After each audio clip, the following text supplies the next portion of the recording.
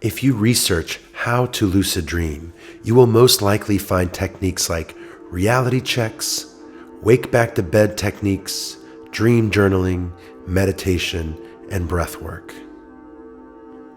But the truth is that lucid dreaming is simply a byproduct of becoming very present, becoming very focused, and very grounded, in fact.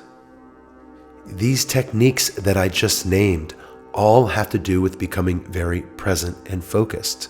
That's why if one were to meditate regularly, they will become lucid in their dreams as a side effect of doing meditation every day. So from observing monks, people who are natural lucid dreamers, doing research, and having my own personal experience, I find that meditating in the morning is the easiest way to become lucid regularly.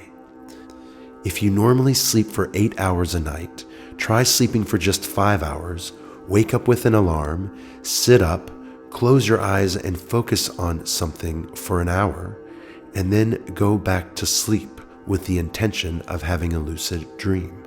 One of the keys to lucid dreaming is being able to fall asleep consciously. This is one of the most effective ways to become lucid. Sometimes it's referred to as a wake back to bed technique, and sometimes it's referred to as a mnemonic induction.